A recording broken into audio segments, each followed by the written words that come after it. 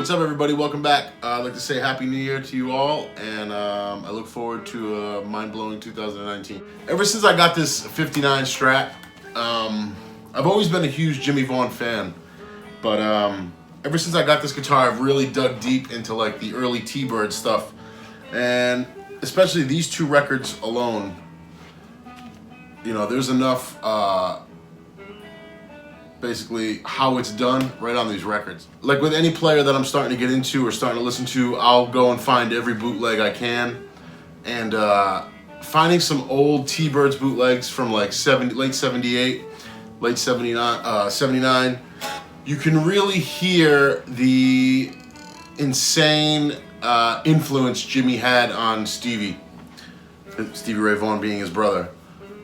You can hear how Stevie was, you know, doing what we're all doing and kind of like pulling inspiration from everybody. And Jimmy was kind of playing a prelude to Stevie's style way back then. One of the most amazing things about Jimmie Vaughan is he's always been somebody who adapts with the time, with the change, with the genre, with the music. I mean, even now he's still changing up his style. You know, doing the open tunings, the open string playing with the capo.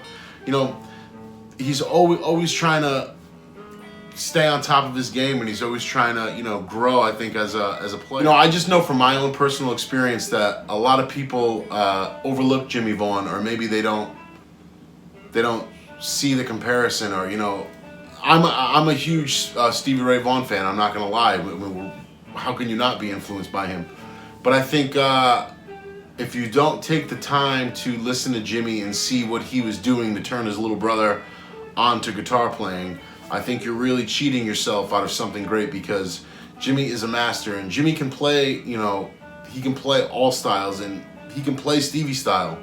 I was just watching a bootleg recently where Jimmy plugged into Stevie's setup, and Jimmy sounded like Jimmy, you know, so that just goes to tell you that it's really in the player. You can hear where Stevie was pulling ideas from with Jimmy in those early recordings, and it just struck me as maybe I should do a video. You know, I'm totally aware that I can't do Jimmy's style justice, and that's fine, but what makes Jimmy's style so complicated is it's simple, and it's putting the right note in where it belongs and getting out of it. Not trying to pepper a million notes in.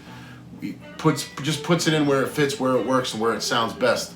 I've read interviews where he said if he can't think of anything to play, he'll just wait a minute and let it come to him. And I mean, I think that says something. You know, he's trusting in himself, and he's trusting in his instinct.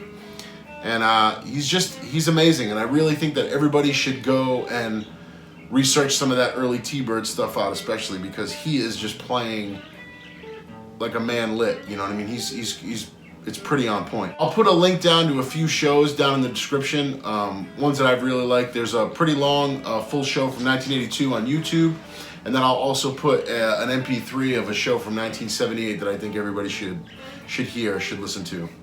But yeah, man, I just wanted to say a couple words about Jimmie Vaughan, because I think he's amazing. When I was young and I couldn't see past putting 13 gauge strings on my guitar and getting a tube screamer and having blackface reissue twin reverb, because I was trying to, you know, do what everybody else does. I mean, I couldn't see the forest through the trees, and as I've matured a little bit as a player, I'm not saying I've gotten, you know, better, because I'm still a Stevie fan, and I'll still spend hours and hours, you know, watching bootlegs and trying to decipher stuff. But I think that as you mature a little bit, your palette for different players expands, and you can allow more styles or more people. You can allow your influences maybe to be affected by other players, and I think that's a really great thing, because I'll tell you what, he is got to be one of my top 5. Just the way he stabs it in there, and the way he just delivers it it's right where it needs to be, and he's cool as fuck while he's doing it. That's one thing you can't really overlook. He's so slick. So that's just a few words on Jimmie Vaughan. I really think he's great. He's out there touring all the time. He's still on the road. You know what I mean? He's always playing sold out places, packed places. Guys like Eric Clapton, Gary Clark Jr., Doyle Bramhall II, those guys all hold him up, you know, to a different level. So, I mean, God bless Jimmie Vaughan.